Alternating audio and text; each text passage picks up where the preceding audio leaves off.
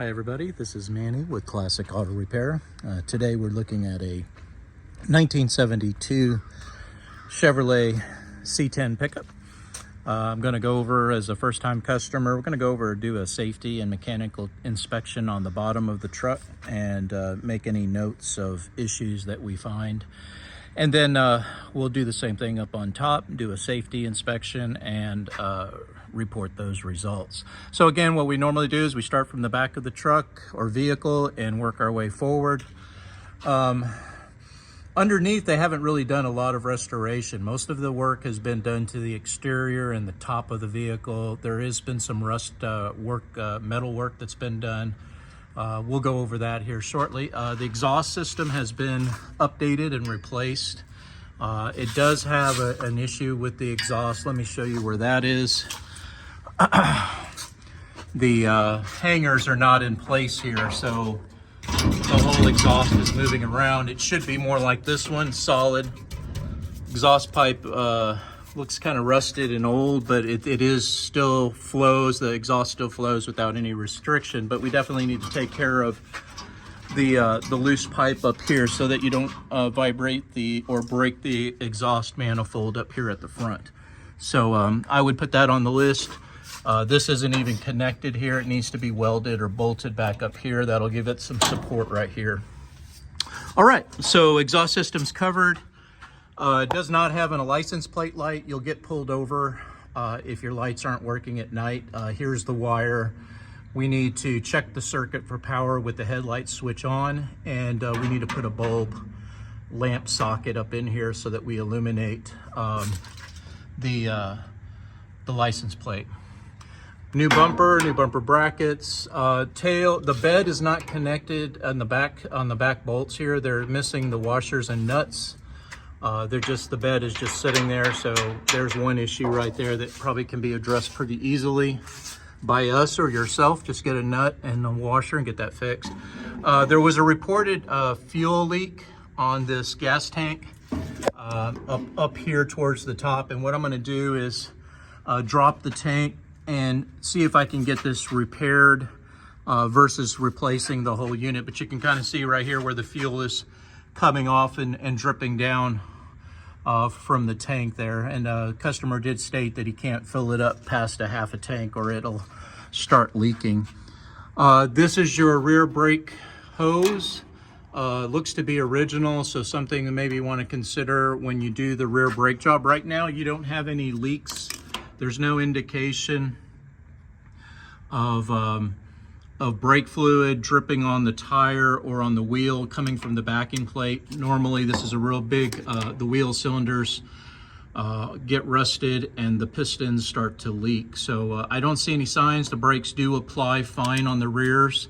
The wheel cylinders look like they have been replaced. They're not stock, but I don't know at what time those have been replaced. But as I do the upgrade on the front brakes, adding the power brake system, the disc brake calipers, rotors, we can pop the wheels off of here and do a double check on the rear shoes to see the condition here. But as of right now, everything is operating correctly. Just again, the hose right here I would replace, because this is probably close to original, and it needs to have a new rubber hose installed there.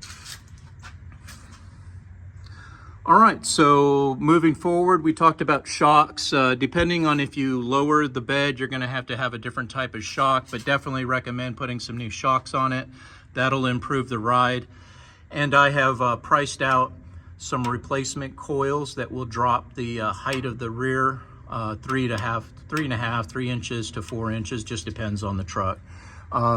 They would be swapped out. So we take the bolts and disconnect all this, and when we do the shocks, it'll allow us to drop the trailing arms so that we can put these coils in if you want to do that at this time. All right, the rear end looks like it's in pretty good shape. It's got a small leak here, very common, but I wouldn't address it at this time.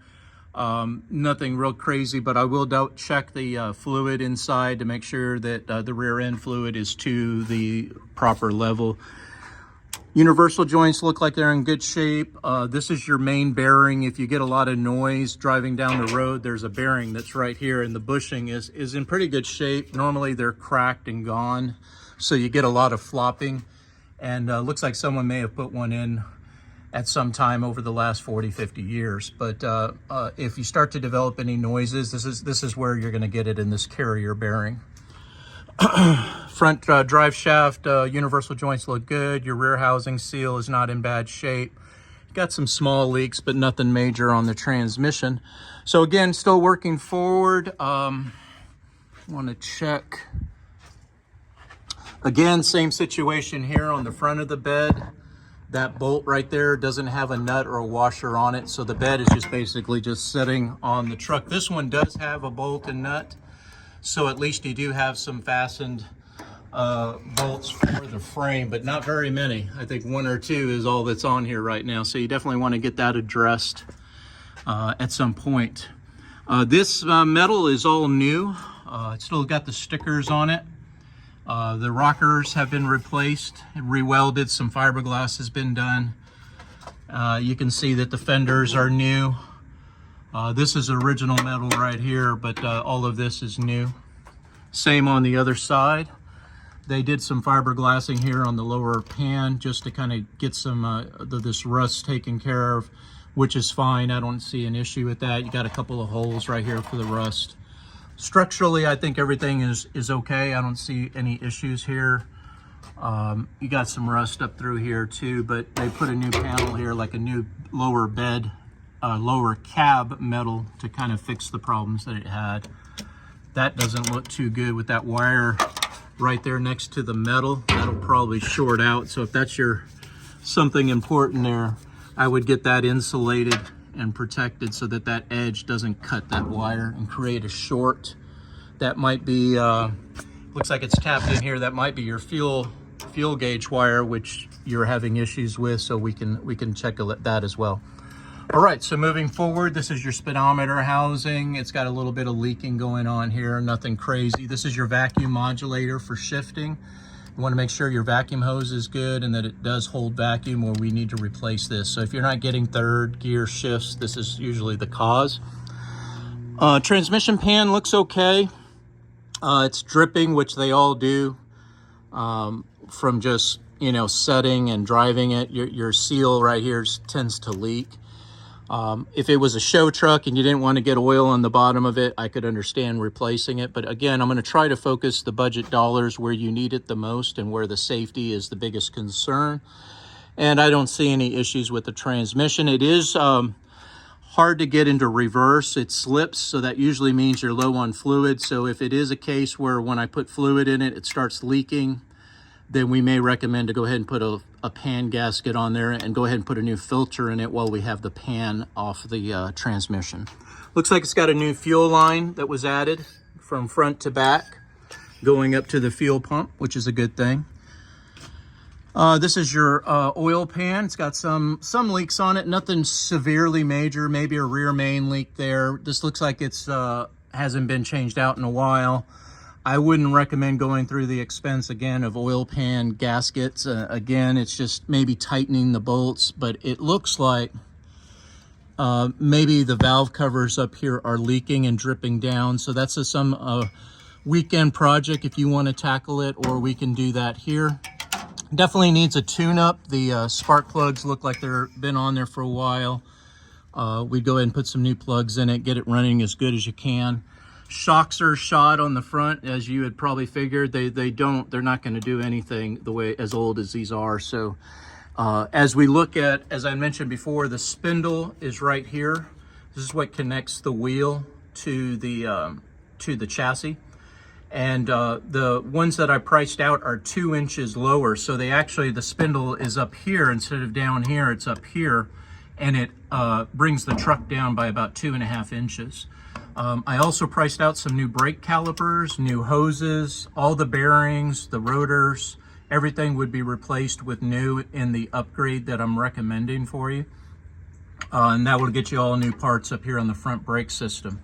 That will also have a power brake booster, new master cylinder. So that's where you're going to get the power brake feature that you're looking for.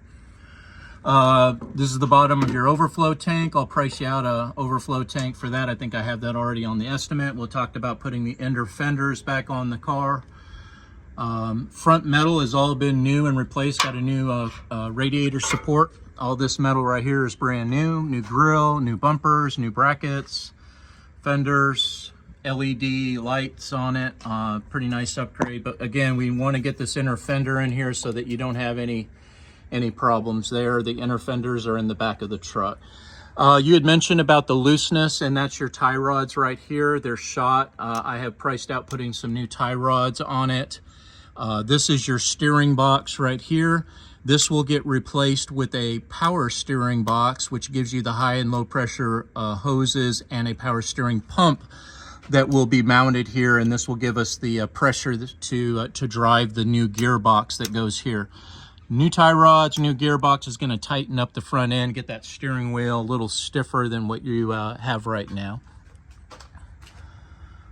Again, same thing here. Calipers will be replaced. These look pretty old. They've been on there a while. Same with the rotors. We'll put a new set of rotors and hoses. Those hoses are just really old and need to be fixed there. All right, so that's that. Suspension control arms. We don't really do bushings here at our shop, and they don't look that bad. I don't see anything missing on them. Basically, it has to do with tire wear. So as you drive it more, when we do the power steering and tie rods, I'd go ahead and get an alignment. I have it priced out to get a computer alignment on it. That'll get the tires going the right direction as best we can with the suspension in its original condition.